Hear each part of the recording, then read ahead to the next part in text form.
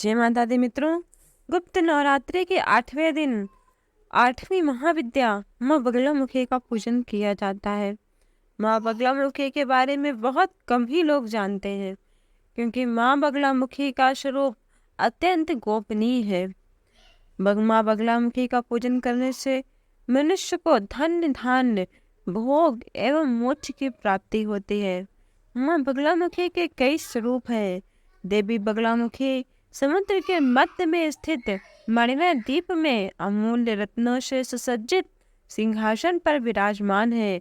माँ त्रिनेत्रा है, मस्तक पर अर्धचंद्र धारण करती हैं, पीले शारीरिक वर्ण युक्त हैं। देवी ने पीले वस्त्र तथा पीले फूलों की माला धारण की हुई है। देवी के अन्य आभूषण भी पीले रंग के ही हैं तथा अमूल्य रत्नों से जड़ित हैं। देवी विशेषकर चंपा के फूल, हल्दी की गांठ इत्यादि पीले रंग से संबंधित तत्वों की माला धारण करती हैं। यह रथ में रथ पर आरूढ़ हो शत्रुओं का विनाश करती हैं। माँ का रूप अत्यंत मनोहर एवं मंद मुस्कान वाला है। माँ का शरीर एक नवयुवती के जैसी शारीरिक गठन वाली है। वो इन देवी ने अपने बाएं हाथ से शत्रु अपने एक दैत्य का जीवा को पकड़कर खींच के रखा है तथा दाएं हाथ से गदा उठाए हुए हैं, जिससे शत्रु अत्यंत भयभीत हो रहा है। माता का जीवा पकड़ने का तात्पर्य यह है कि माँ वाक शक्ति देने और लेने में पूजे जाती हैं। कई स्थानों पर माता ने मृत शरीर को या शव को, या कई लोग उसको प्रेत आत्मा कहते हैं, उसी को अपना आसन बनाकर रखा है तथा शव पर ही माता आरूढ़ रहती है तथा दैत्य या शत्रुओं की जीवा को पकड़ के रखा है। माता का यह स्वरूप अपने भक्तों को हर प्रकार के शत्रुओं से मुक्ति दिलाने वाला है, युद्ध में विजय दिलाने वाला और वाक सिद्धि प्रदान करने वाली माँ बगलामुखी है। इनकी साधना शत्रु भय से मुक्ति के साथ साथ मनुष्य को हर प्रकार की सुख संपत्ति देने वाली है।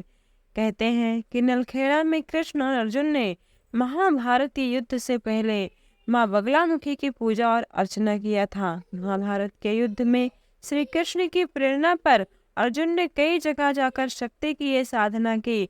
उनकी साधना के वरदान स्वरूप ही शक्ति के विभिन्न रूपों ने पांडवों की मदद की। उनमें से सबसे प्रथम माँ बगलामुखी की साधना थी। कहते हैं कि युद्ध में विजय की कामना से अर्जुन और श्री कृष्ण ने उज्जैन में हर्षित माता और नलखेड़ा में बगलामुखी माता का पूजन किया और वहां से युद्ध में विजय का वरदान मिला। माँ बगलामुखी के प्राकट्य की अनेक कथाएं मिलती हैं। तो आइए हम श्रीमद् देवी भागवत महापुराण में वर्णित एक परम पावन एवं गुप्त रहस्य को श्रवण करते हैं। तो आप भी एक बार प्रेम से माँ बगलामुखी के चरणों को प्रणाम करते हैं एवं उनके स्वरूप का ध्यान करते हुए माँ बगलामुखी की यह परम पावन कथा को श्रवण करें और एक बार प्रेम से कमेंट बॉक्स में जय माँ बगलामुखी अवश्य लिखें। एक बार सतयुग में अत्यंत विनाशकारी ब्रह्मांडीय तूफान उत्पन्न हुआ, जिससे संपूर्ण विश्व नष्ट होने लगा और चारों ओर हाहाकार मच गया और अनेक लोग संकट में पड़ गए और इस संसार की रक्षा करना असंभव हो गया। इसे देखकर भगवान श्री हरि विष्णु अत्यंत चिंतित हुए और इस समस्या का कोई समाधान न पाकर वो भगवान शिव को ध्यान किया। तब भगवान शिव उनसे कहने लगे कि ये विष्णु, इस विनाशकारी को माँ शक्ति के अलावा कोई नहीं रोक सकता, अतः आपको उनके शरण में जाना चाहिए। तब भगवान विष्णु ने हरिद्रा सरोवर के निकट कठोर तप किया। भगवान विष्णु ने तप करके महा त्रिपुर सुंदरी को प्रसन्न किया। माँ त्रिपुर सुंदरी उनकी शक्ति आराधना से अत्यंत प्रसन्न हुई और सौराष्ट्र क्षेत्र के हरिद्रा झील में जल क्रीड़ा करती हुई महापीत देवी के हृदय से तेज उत्पन्न हुआ। वह दिव्य तेज उसी समय चतुर्दशी की रात थी और वही तेज बगलामुखी के रूप में प्रकट हो गया। त्रैलोक स्तंभनी महाविद्या भगवती बगलामुखी ने प्रसन्न हो भगवान श्री हरि विष्णु को इच्छित वर दिया और तब जाकर सृष्टि का विनाश रुक सका। देवी बगलामुखी को वीर रति भी कहा जाता है क्योंकि यह देवी स्वयं ब्रह्मास्त्र रूपिणी है। इनके शिव को एक वक्त रुद्र महा कहा जाता है, इसलिए देवी सिद्ध विद्या है। तांत्रिक इन्हें स्तंभन की देवी मानते हैं। ये गृहस्थों के लिए समस्त प्रकार के संशयों का शमन करने वाली है। पर माता की पूजा में कुछ विशेष चीज़ों का ध्यान रखना चाहिए, जैसे माता की पूजा करते समय पीले वस्त्र धारण करना चाहिए। माँ को पीले वस्त्र, पीला आसन एवं पीले रंग का भोग लगाना चाहिए।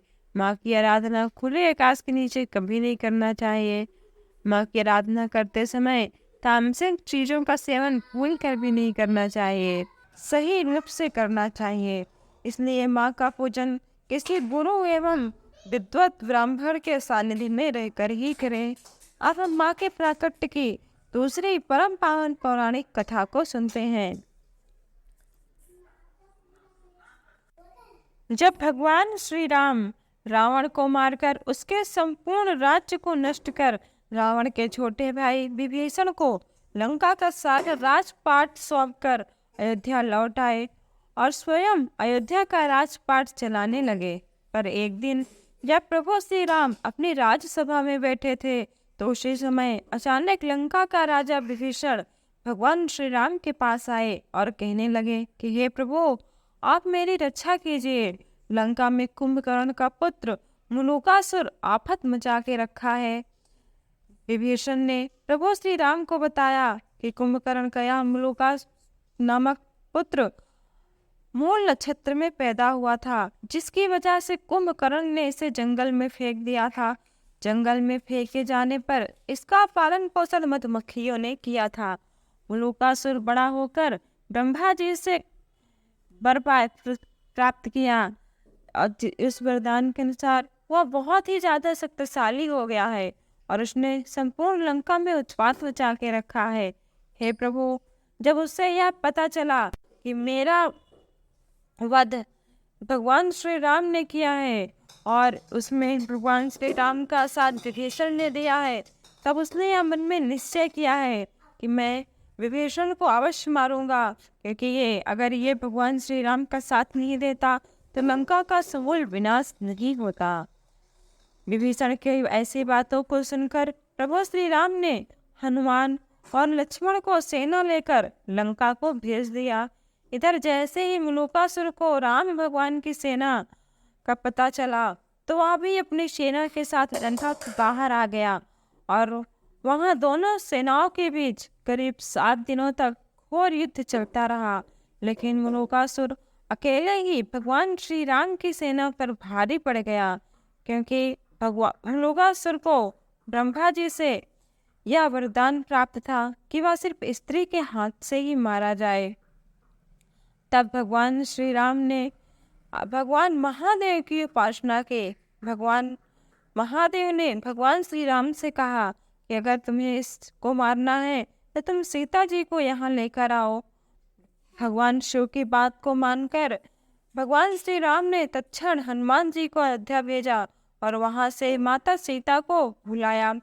वहाँ माता सीता के आने पर प्रभु श्री राम ने माता सीता को मुलुकासुर के बारे में संपूर्ण बातें बताई।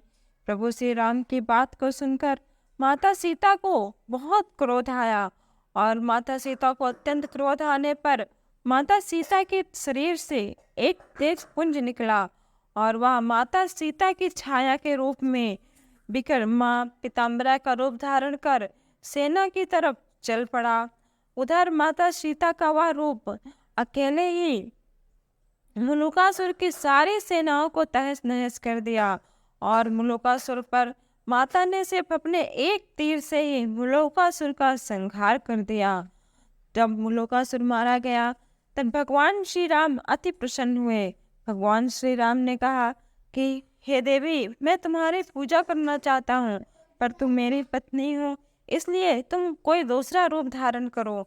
तब माँ सीता की उस शक्ति ने सरोवर में स्नान करने के पश्चात माँ पीताम्बरा के रूप में प्रकट हुई।